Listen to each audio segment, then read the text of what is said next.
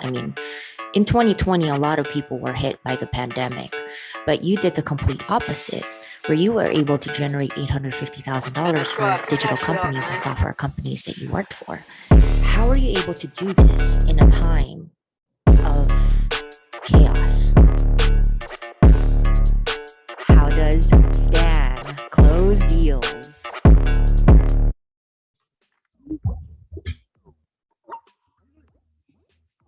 What is up? How you doing? How you doing? All right, let me go ahead and add you here. Can you hear me okay? Yeah, can you hear me? Yeah, loud and clear. How's your morning or after? What time is it there? And are you in Poland or Mallorca? No, in Poland. Just got back a few days ago. And it's going clear just because I had a second shot a few hours ago, 2 hours. How do you feel? So far good. So I assume that I will get, a little bit hazy in 2 hours or so. So I have, I think, 2 or 3 hours of being normal, then maybe hazy or not, just because first shot was easy. Yeah, the first one was chill. I didn't feel anything. Second shot, I got goosebumps everywhere and shivers. So I was headaches intermittently. So drink a lot of water, okay? You have water with you? Yeah. All right, I have my coffee with me here. So cheers.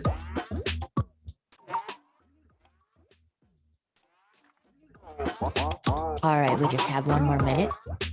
And for those of you watching the replay, please fast forward 3 minutes in or a minute in. Let's see here. Okay. Oh, I was gonna actually ask you, within the interview itself, do you think you could show a demo of your new product? Sometime. Yeah. Okay, cool. So try to prepare that as well while I'm doing the introduction here. Yep. Awesome. Make sure everything is set up here. Okay.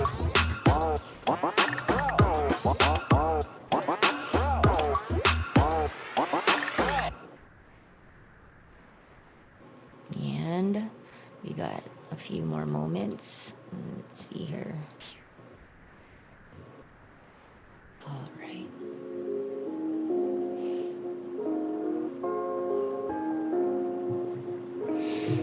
And we want to say hello to our audience. Hello, YouTube. Hello, Facebook. If you're new here, make sure to subscribe right there.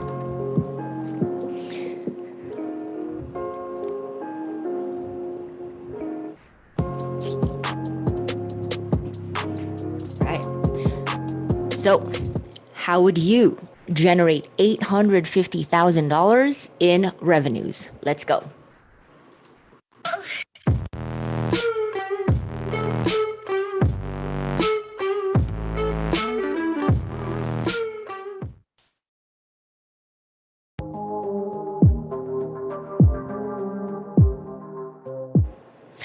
He is currently the CEO and co-founder of Orapa, which is located in Warsaw, Poland.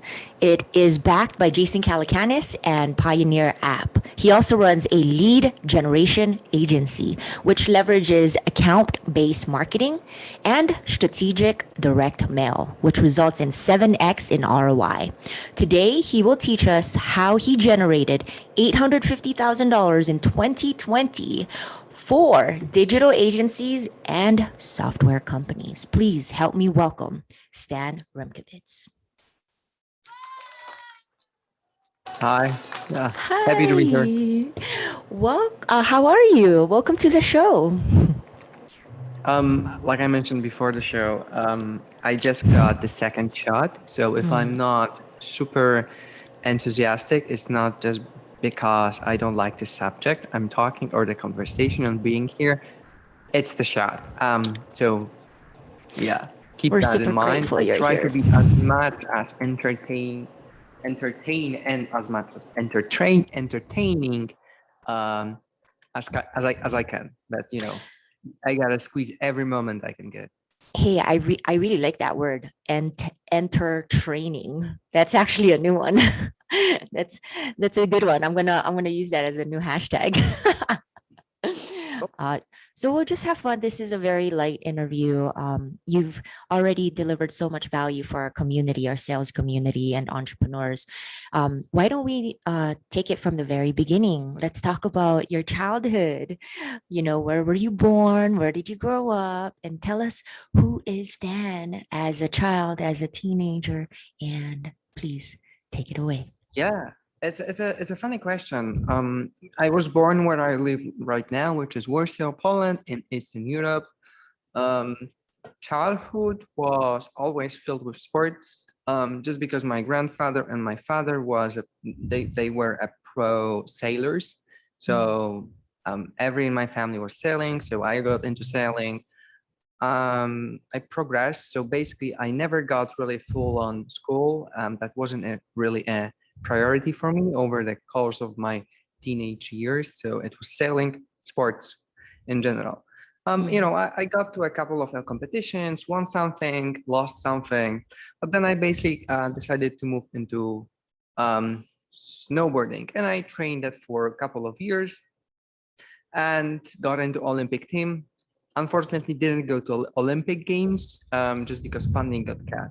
But while I was training sports, it taught me a lot of discipline, hard work, and it's never going to look like you think will look. Mm. So that's one thing I learned, and of course, over the years, I tried to do many different things because I was unemployable if you think about it. I was 1 week Mm. in training in mountains and 1 week based in school. So for me, there was always a side hustle from selling, vintage Louis Vuitton Wow. bags shipped from Japan, then sold in Europe, or from high fashion items. I was in those kind of things, and I was selling them, flipping them, basically. Um, Mm. then to opening a lead generation agency, which was semi-successful. I got that to around 200K in revenue, a couple of employees, five around employees, while being on the slopes and training full time, basically. Wow. Very impressive. That's amazing. When you were a kid, who are some of your inspirations that um, you think that made who you are today? I don't really have a specific person in mind. Um, I think that maybe my grandfather, I didn't really think about this at the time, but now maybe this could be a role model, just because my granddad um, basically uh, was took a lot of risk, and moved to Germany, and then got back a lot of lawyer clients, and made a ton of money uh, by introducing, for example, tobacco brands into to Eastern Europe, which was pretty crazy at the time. Mm. So maybe that's it. But I don't have a specific person that I preached at the time. So he was also an entrepreneur in some way, and he was kind of Yeah, flipping yeah. tobacco. But that's the only, I guess that's the only entrepreneur in my family. So it Mm. wasn't really a case of, oh, I want to beat someone like him, or like someone from my family. It's always a case. That's the only option. I don't really like being told what to do, so I'm going to do what I like, and hopefully, make money while I was doing, and enjoy myself. One of the reasons why you were unemployable. Yeah, maybe don't say that. Just because if someone wants to acquire me, I'm more than happy to chat. There you go. Okay, I am also curious. You kind of breezed over this a little bit. What I want to know your mindset. So you were you're pretty much competitive. I'm thinking from birth. Yeah. What was your mindset like going from sailing, not really going to school as much, where your mentality was essentially competing? Tell us that journey. Stan as the Olympian. What were some of the challenges that you went through? Yeah, it's those basically, for me, the biggest moment where I realized that you need to, um, those little things matter. If you have a morning routine, stick to it. If you Yeah. have, a system in place, stick to it. If not, try a different one. Just try a lot of things, because those things really matter. For me, if you think about it, snowboarding is not really a sport where you think your breath matters, right? But Mm. it does. So, and being just a clear head, um, just for example, detaching from the outcome, you can do a great job, and that's your only job. Do a great, be a best performer, Mm. be best version of yourself. Maybe that's the wording, but that was it basically. If I won, that's great. That's because I did a good job.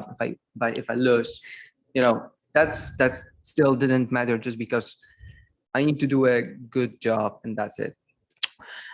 What was your morning routine then, and compare that to now? So the morning routine is not only from while I was in the city, but more for a competition day.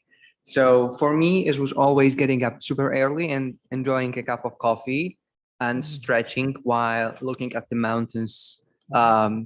So that was, for example, that was the part. Then listening to music.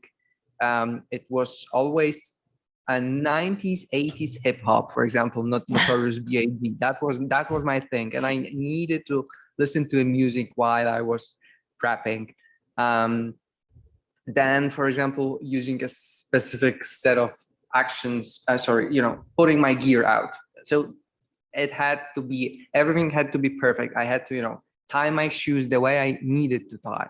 So those are the little things. How I Mm. apply it today, and how you can also apply it today, is what you do in the morning to set your day, but also what do you do the first thing in the office or in the home office, right? Is it Mm. open a Gmail, or is it open your Notion tab with task, or open your calendar? Um, it really helps you structure your day. I always see what's my up for the plate, what are my tasks, and how I will execute them today flawlessly. So very intentional. Sounds like a good day, a productive day. So let's go to the agency and the topic of our call today. How are you able to generate? So this is in 2020 alone. I mean, in 2020, a lot of people were hit by the pandemic, but you did the complete opposite, where you were able to generate $850,000 for digital companies and software companies that you worked for. Can we talk about the tips and some of the strategies? We talked about digital email marketing, account-based marketing, and so on, but break it down. Like, how are you able to do this in a time of chaos?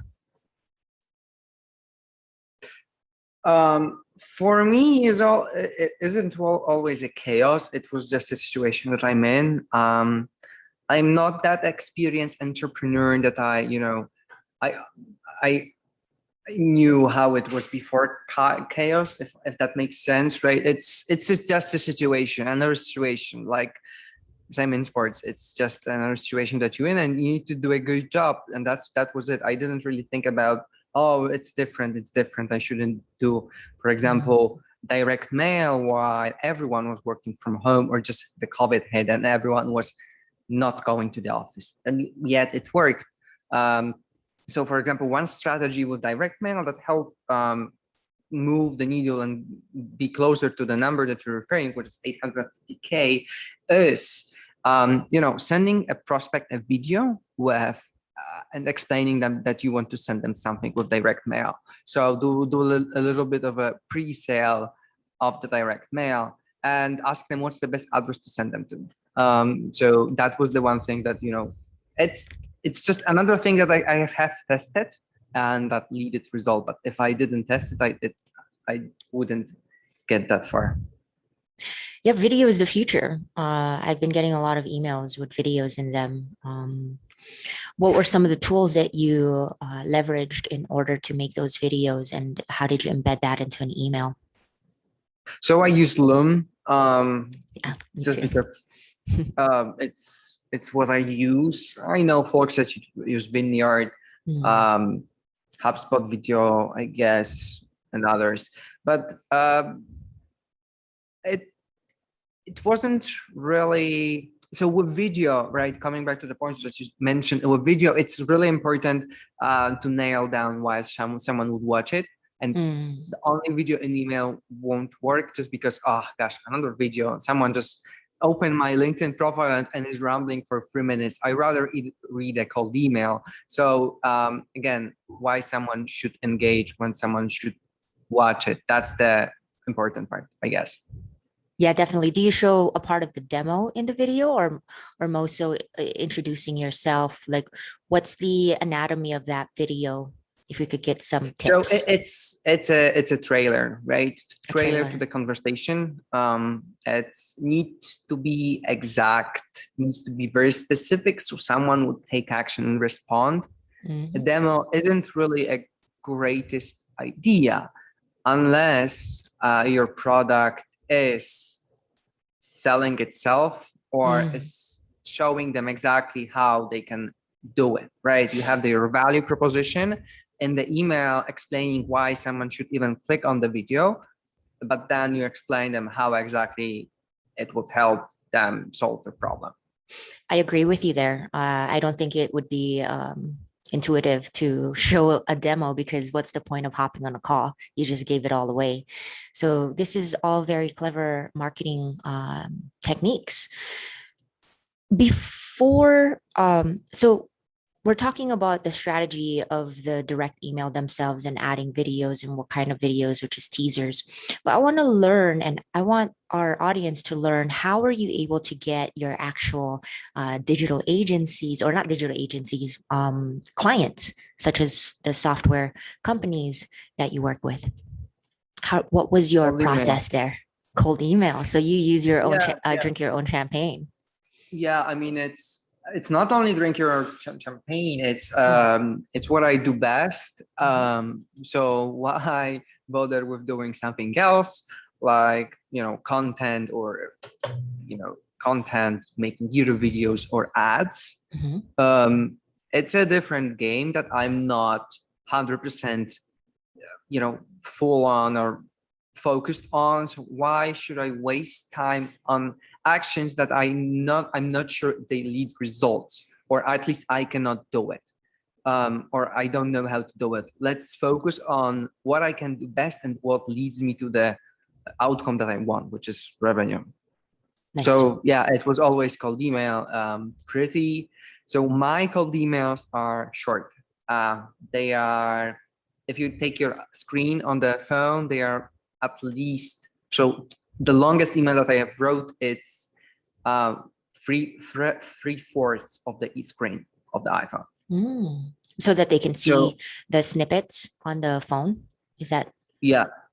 So basically it's like less than 150 words. That's it. So 150 characters, maybe 200, that stops. What are some tips you can give for open ratios then? On open rates? Yeah, to increase open ratios, essentially, for the audience, just to define that would be when an email is sent out, how do you get someone to open that email? And so we're talking about the subject line itself of an email. Yeah, that's my favorite part. Basically, what you do is you pique curiosity in the subject line, and then explain the subject line in the first line of the cold email. So one example that I've used, if you're selling to agencies, digital agencies, let's say, you put a portfolio item in the subject line, let's say Coca-Cola, and bonus points if you write Coca-Cola all lowercase, just because it looks like you actually wrote it and not copy and paste it from the internet. So lowercase portfolio item. Then in the first line, you say, hey, first name, hey, Josh, love your portfolio. And then you explain why you're reaching out, or what's the pitch that you're going after. Keep going. Yeah. I was going to ask a follow-up question. One case.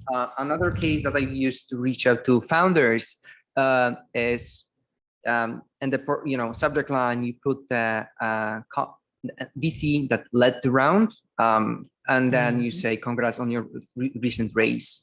And they already know that you did research. The subject line is sticking out just because it's a lowercase, and it's very relevant to them because they know what's the email about. Yeah, this is a very powerful one. Name dropping. And so my question with the Coca-Cola having all the caps lowercase to show that this is human reaching out to them. Is it a one word brand that you just put in the title? So Coca-Cola itself without any other text in it? Because I would open that. I'd be curious to see what that would be. Yeah. Okay. Yeah, Coca-Cola, make sure you test that. Yeah, you should. It works wonders. Mm-hmm. I want to talk about since you mentioned VCs, I want to talk about a super angel, Jason Calacanis, because this is how we met. And how were you able to get into Launch Accelerator and raise $100,000 from Jason Calacanis for those of you who want to raise $100,000? Cold email. No way. You emailed Jason? Yeah, I literally called him and Jason. I have used in the subject line, I added a company that he recently invested in. I explained why we are similar to the company. It was a company from Pioneer.app. So I knew the founder, and I simply called him and Jason and explained, why we are relevant, what's the traction, and that's it. Yeah. Always got to add the traction. And again, traction sounds like a buzzword. Could you share some of the traction, if you feel comfortable at that time, that captured Jason's interest? Yeah, it was Jason put out the tweet that if you're a solo founder that managed to get to 4K or 5K MRR, you should be proud of yourself and email me. So I basically did what he said, and I told him that I managed to build out sort of my SaaS, my marketplace to 4K by being solo, and then I added a co-founder recently, and that was it. That is amazing. There you go. So one of the key metrics, if you're trying to raise from an angel, a super angel, such as Jason Calacanis, shoot him a direct cold email if you want, and share your traction if you hit $4,000 in monthly recurring revenue. So my next section here is, of course, tell us about Orapa, your startup that you built. Is this a transformation from your marketing agency? Like, were you making so much bank with marketing agency that you're delivering so much value that you eventually transformed it into Orapa? Like, what did that journey look like?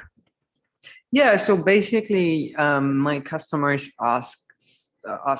started asking me around, well, can we just get more meetings and we pay you only for the meetings? And it wasn't possible just because of overheads, like every agency. So I decided, okay, if everyone asking me this, I bet everyone would want more meetings, sales calls, and pay only for results. So I basically pre-sold the annual access to the marketplace to my customers and to other folks that I, of course, cold email. I got that to 10K in revenue upfront. Then I built the marketplace, the first version of the marketplace, using no code, Webflow, Airtables, Zapier, and then grew it more and more, and my co-founder joined, and that's where we are basically right now. And to give you context on the current version of the marketplace, it's a paper intro marketplace where companies get introduced to decision makers and sales reps can make money from their network. Such a valuable idea, because I'm a salesperson, long-term salesperson for life, and introductions are definitely a great way to get your foot in the door. And it's a lot more powerful than cold emails or anything else. It's introductions. It's essentially referrals. And so let's recap that. So you had your agency, and then you created an MVP, which is a minimum viable product, via no code technology such as Webflow and Zapier. So powerful. I mean, you have to think about this. Like, you built essentially a technology. It was something that you've created from scratch. Most people, they start with an Excel sheet.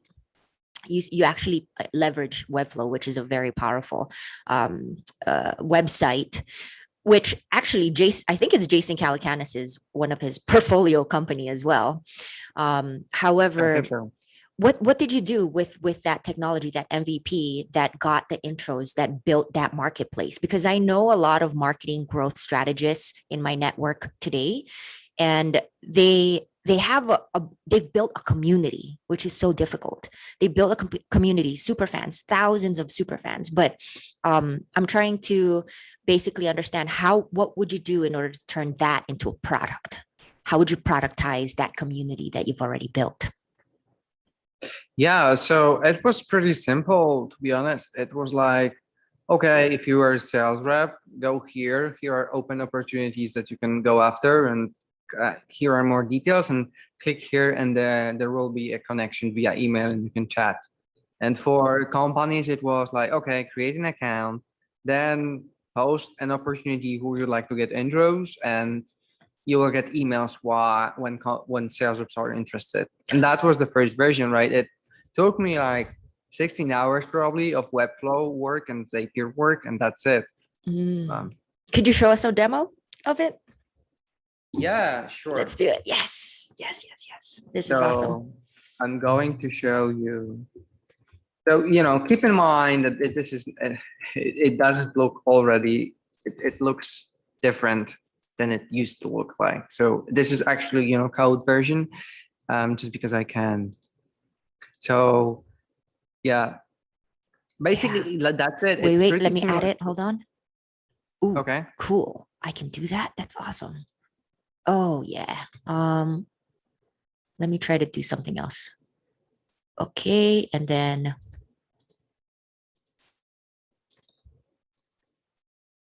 dope. That is dope. Okay, do it. Okay. So basically, as you can see, it's still similar sort of process, right? Once you are in, you can who you like to meet and fill out those little things that, I want to meet a VP director in tech that manages sales, which is VP sales and tech, product that helps them, get more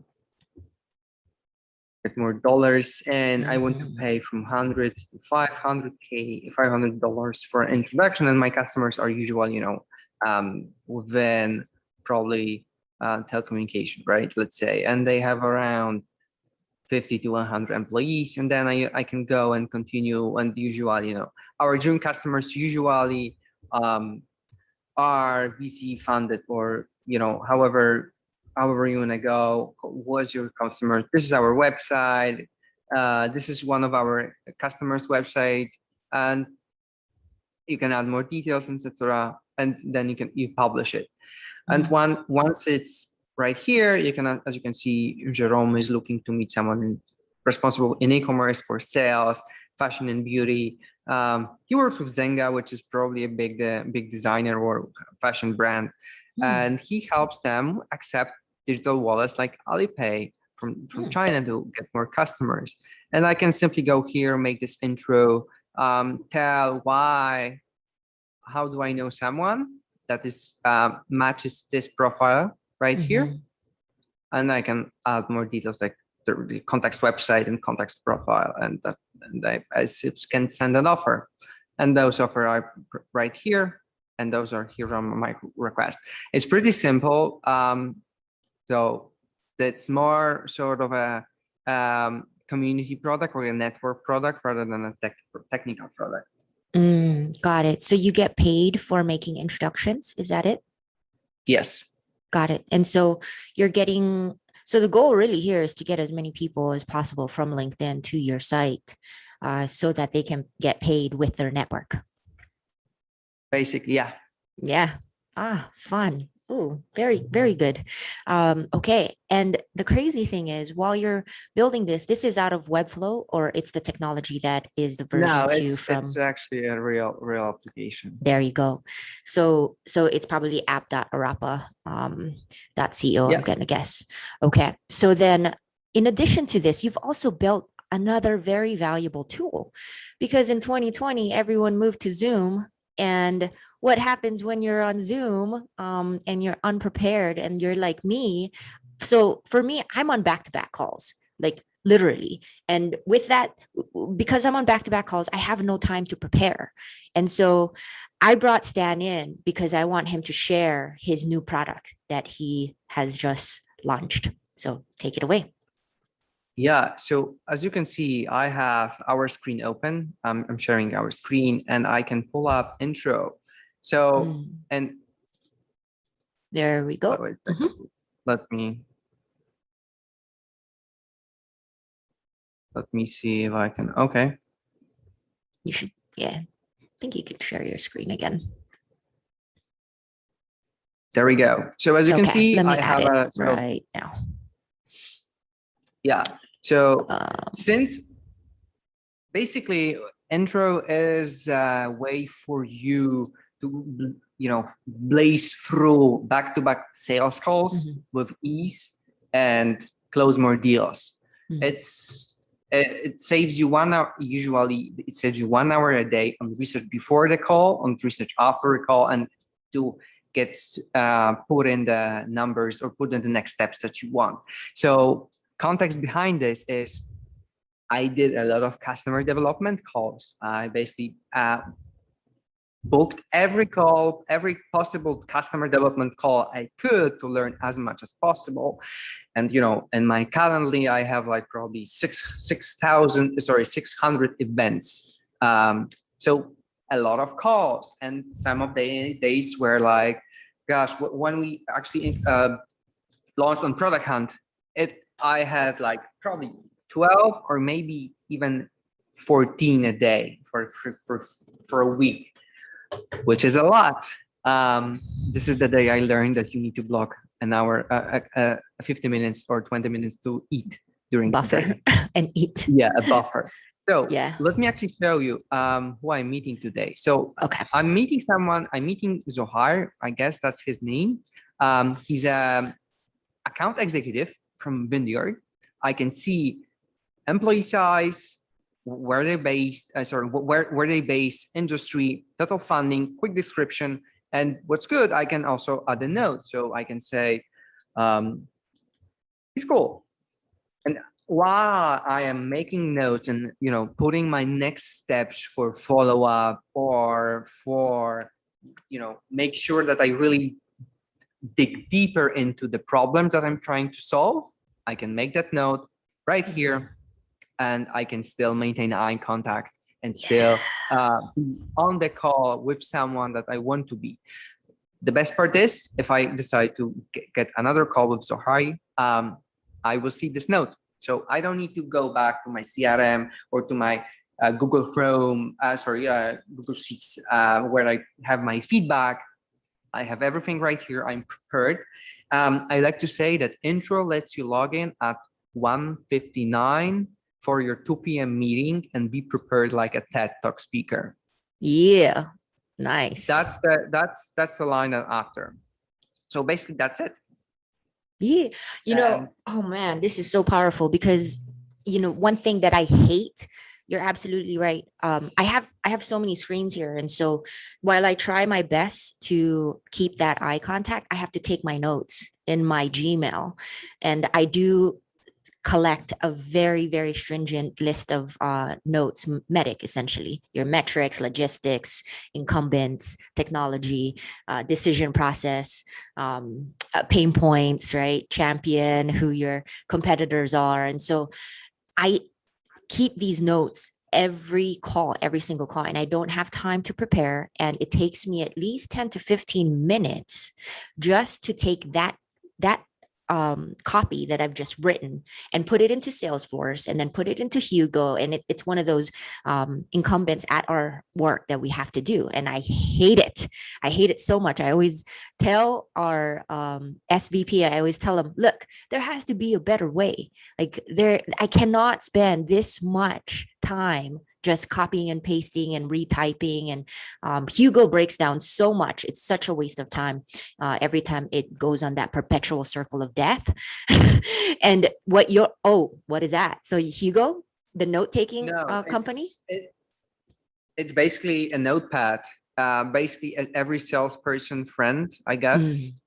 If you're not making notes on your Gmail, like, or anywhere else, you make it in the notepad. So I'm hoping to replace your notepad, even though you may like it. It's still best to save time. Just save time. Why do it somewhere? Why make it work around and jump through multiple tabs between your CRM, between a note-taking tool, between your website, between your company, your prospect's website, LinkedIn. I hate it. And your calendar. Hey, look, if you can build an integration with Salesforce, I will plug you into Localize because I want to use your platform. Just make that integration because I do not like copying and pasting things and reformatting my notes. I just want like a quick push to Salesforce and it goes straight to the notes into each of those fields, each field, not like one type of field inside of Salesforce. But if you could do that, oh man, I'm going to push you so hard. You're going to close our company. So my next question is this. And let me go into this real quick. How does Stan close deals? So look, I didn't get a real training on how to close deals. I have worked in one corporate job. I was selling Cornerstone On Demand, which is a big HR software. It's similar to Salesforce. It's very, I had never heard about this, but there you go. So I got training around product and stuff like this, but never someone really taught me how to do sales. And, my first few sales calls were actually in the different language that I used to speak. So English is not my, as you can probably guess, it's not my first language. And it was very hard to be someone on the phone and ask them for money. So my process is always, ask questions and then listen. And then try to ask questions that lead in a way that I'm hoping to lead a conversation. And the best part is that you are not going to be perfect first time. You're going to learn over time. And I guess I have managed to do so. Sweet talking into sales it may work. For me, it didn't. So it was always ask questions. Then mute yourself, let them talk. Then, tie back what they said into your value proposition, right? Yeah, that's exactly. I mean, you didn't need training for that. You have to ask questions. You can't just shove your product down people's throats. You have to understand. Again, I'm a big qualifier. So you have to understand, should I disqualify this person, right? Because at the same time, you don't want to waste your time. If that person's not a fit, you just have to let it go and refer that to someone else who can help. Asking question is so huge. And also mirroring is also a great technique. A good book for the audience, Never Split the Difference. He talks about mirroring a lot. Yeah. Chris Boss. Yeah, so good. I always try to go back there to remember some of his techniques. Any final tips that you'd like to share with our audience to complete this interview that would make you feel complete? Yeah, cold email people. Cold Just, email. even if you don't want to get more sales or that's not your sort of core way of getting customers, let's say you're in B2C, cold email people, investors, advisors, partnership opportunities, whatever it is. If you're sent, apple a day keeps the doctor away, cold email a day keeps the revenue to stay. And it really, it doesn't even have to be a sales sort of notion. It just needs to be just talk to people, and cold email is the best way to do it. Of course, you can use LinkedIn or Twitter DMs, but I saw the biggest results in sort of a moving conversation from a start to some sort of a next step via email. I see the best results in there. Yep. Cold email, it is not dead. Cold email is not dead. It is very much alive. If you think it's dead, you have the wrong strategy. You're saying the wrong things. Very cool. Stan, I'm so happy that you graced us with your presence, even though you didn't feel too good after the second shot. I think you absolutely crushed it. So. Yeah. Awesome. Yeah. All right. So please tell us where to find you. So for anyone who wants to download Orapa, and also anyone who wants to get to connect with Stan, maybe pick his brain, where can we find you, Stan? And where can we download your app? So if you want to save time on your Zoom calls, you should go to Intro.so, intro like intro, and .so like Stan and Olivia. And if you want to connect with me, I'm trying to be more active on Twitter and post more stuff while I build. So Twitter is the best way, I guess. And LinkedIn too. I saw some of your LinkedIn posts. Yeah, but I guess I will be more posting on Twitter on just, raw stuff, what's going on, my wins and losses. So his LinkedIn is right here at the bottom left-hand corner, linkedin.com/IN/Stan RYN. Is that what it says? Yeah. Stan And then to download his app for your Zoom, Intro.so. And by the way, is the app verified? Is there a certain bottom left-hand corner we need to click on in order to download it? So please let us know, because we don't want the drop off. Of course, it's not verified. I mean, because it's beta, right? It's beta, so you can request access, and if it's a good opportunity, I'm more than happy. I will probably give access to all of folks that come from the podcast. All right, there you go. Show. Awesome. Thank you so much for your time, Stan. It's been a pleasure picking your brain and learning from you and how you generated $850,000 last year for your clients. This is amazing stuff. So stick around and engage with the audience if possible, and enjoy your evening. All right, closers, I hope you enjoyed Stan's journey from becoming an Olympian all the way to becoming the CEO and founder of Orapa. I want to quickly recap all the tips on how he generated $850,000 for digital agencies and software companies alike. So let's break down the tips. Here it is. Tip number 1, always have a morning routine. And so for Stan, he would go up at the top of a mountain. He would listen to 80s, 90s hip hop, Notorious B.I.G. while putting on his gear as an snowboarding Olympian. And think about your routine, your morning routine. What's the first thing you do? Do you check your phone? Do you brush your teeth? Most likely, of course, I hope, but not the checking the phone.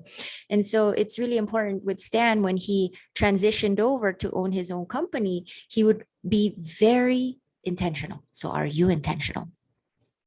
For Stan, he would plan out his days, he would check out his task, and then he would try to tactically achieve them one at a time to hit his milestones. What are those milestones? Closing deals and helping his customers, of course. This is very important. So how do you start your day? What is your morning routine? Let's go on to his number 2 tip. Have a strong mindset. So before you start closing customers and building your own company, yes, you need to have discipline. That's what a morning routine is all about. But also, you need to have a strong mindset. And so in the interview, I described it as 2020. It was chaotic.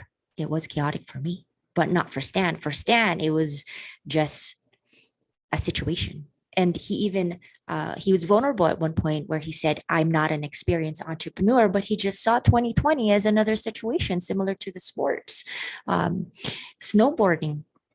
So you just have to be your best self, no matter what happens? While most people feared and hunkered down, they hid behind, certain security blankets. I'm going to be vulnerable. I was one of those folks. And so in 2020, I definitely panicked. I was like, oh no, what am I going to do? Stan did the complete opposite. He saw an opportunity. And so that brings us to the next tip, which is direct mail. He saw an opportunity. Everyone was indoors. And so what did he do? He started sending out direct email because everyone's working from home. This is a strategy that got him started on the $850,000, where he would send prospects a video explaining how he would help them grow within these direct mails. And so that brings us to tip number 4, which is using Loom or HubSpot video or Vidyard or Zoom recording. So the first thing he mentioned is you have to understand why they will watch it. So you have to make a video that is a sneak peek, a trailer, an exact specific call to action where they can respond. So don't just have a video to waste someone's time.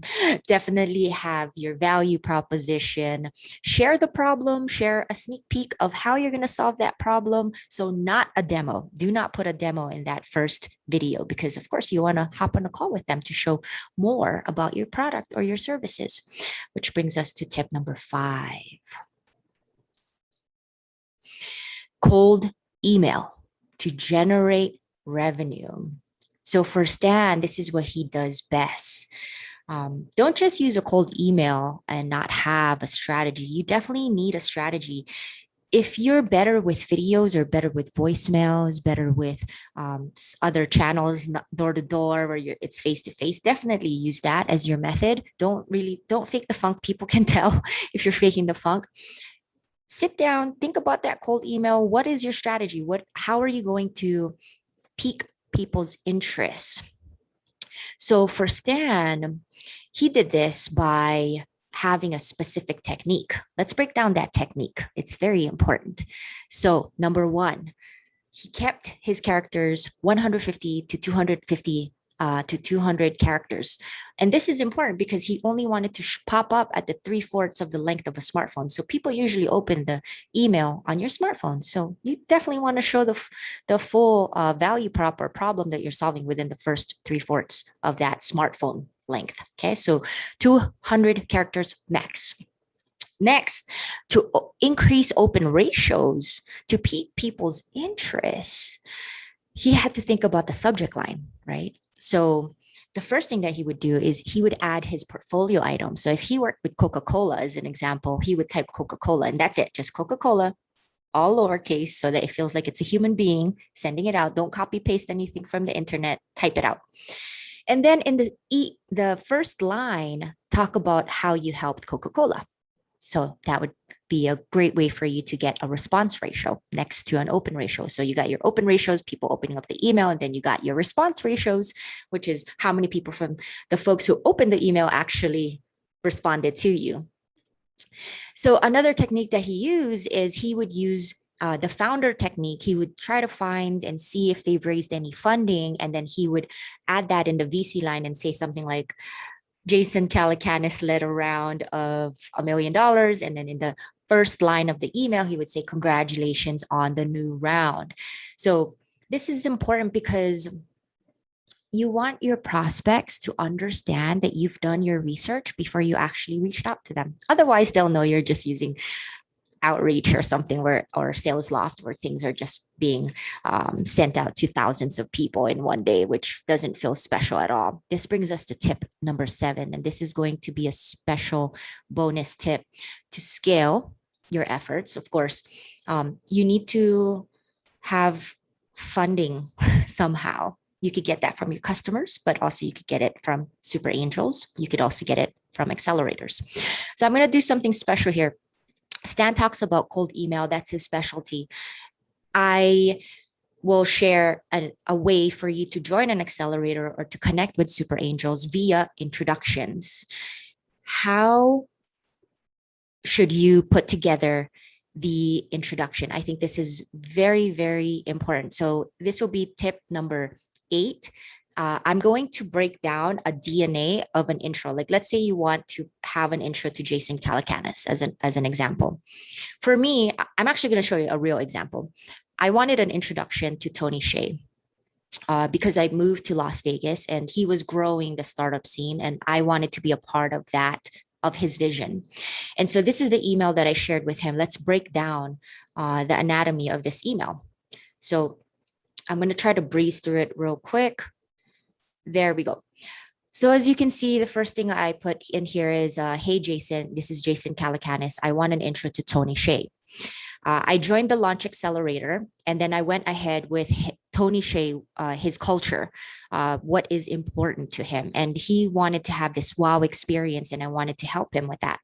After my introduction, I put in my pitch video, which links to a real pitch, an intro deck, which has all of the details of our company, and then our traction. At that time, we've closed over 111,000 in 2018, and we were pacing $18,000 in MRR with 100% retention rate. And so we were growing at a 35% month over month. I've even added my traction below. And I've added the key investor. I've added our website, which is our MVP. It was in private beta, and then the amount that I'm trying to raise. So I'm going to breeze through Jason. Jason made an intro, and then once the intro is made, I followed up. I said, thank you, Jason. And then Tony responded. So right here. So as you can see, Tony responded with, hey, I'm CCing Krista, who heads up Zappos. And then that's pretty much the beginning of the story. And this is important because you need to be succinct with your outreach, your intro, whenever you're asking a special super angel to introduce you to another super angel. Be very succinct and put all the traction in there. So that is the DNA intro to an angel. And so the next tip that Stan gave us is, of course, productize. Productize is so important because all of the services that you're doing, let's say you're a consultant, let's say you're a marketing strategist, how do you scale? So you could handle maybe 100 clients or maybe 20 clients or 40 clients, and then you plateau. Now, if you have good traction, if you have repeat customers, you're doing something right. You have good retention, you have low churn, you're doing something right. And so in order for you to scale to more people, you need to productize your services. So what that means is you need to turn your services into a real MVP. What exactly does that mean? So for me, I turned it into a platform, turned an Excel sheet into a platform. For Stan, he used Webflow. So this is an MVP that he created, and this is a no-code website that allowed him to put together introductions for other founders, other salespeople to sell their introductions. Very important. It took him 16 hours to build an MVP.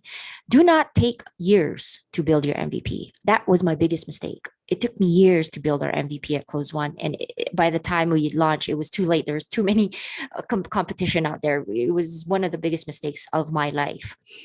So check out Stan's demo. Look at, it's timestamped 25 minutes in. Check it out. Now let's go into tip number 11.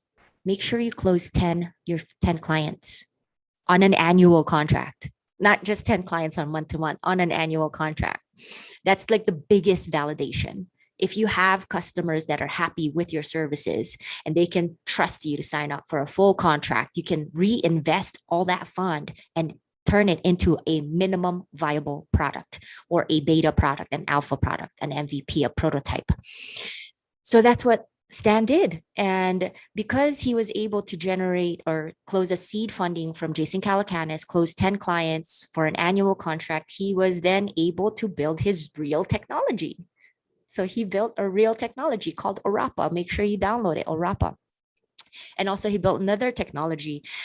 This takes us to number 12, client development calls. you have to be on calls. You have to product research. You have to user research. You don't know everything, and your clients do. Your users will know because they use your product the most. They're the ones that will tell you what is valuable and what is not. They're the ones that will tell you, yes, I will sign up for 12 months because of this one feature or one functionality or one solution that I cannot live without. And that's the question you need to ask them. What can you not live without, right? What in my product can you not live without? And they'll tell you, and you build a product off of that. And so for Stan, he built Intro.so. It's a Zoom, essentially, reportive for Zoom. Very, very powerful.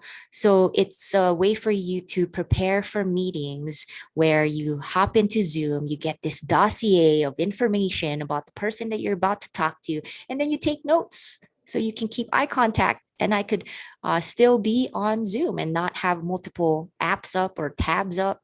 And it's kind of distracting if I'm going like this and like this. It's more powerful if I'm just talking to you and taking notes at the same time. It sounds like I'm engaged, I'm listening. So I really love that product that he's building right now. This takes us to our 13 tip: qualify. So I asked Stan, how do you close deals? He said he asks questions. He listens.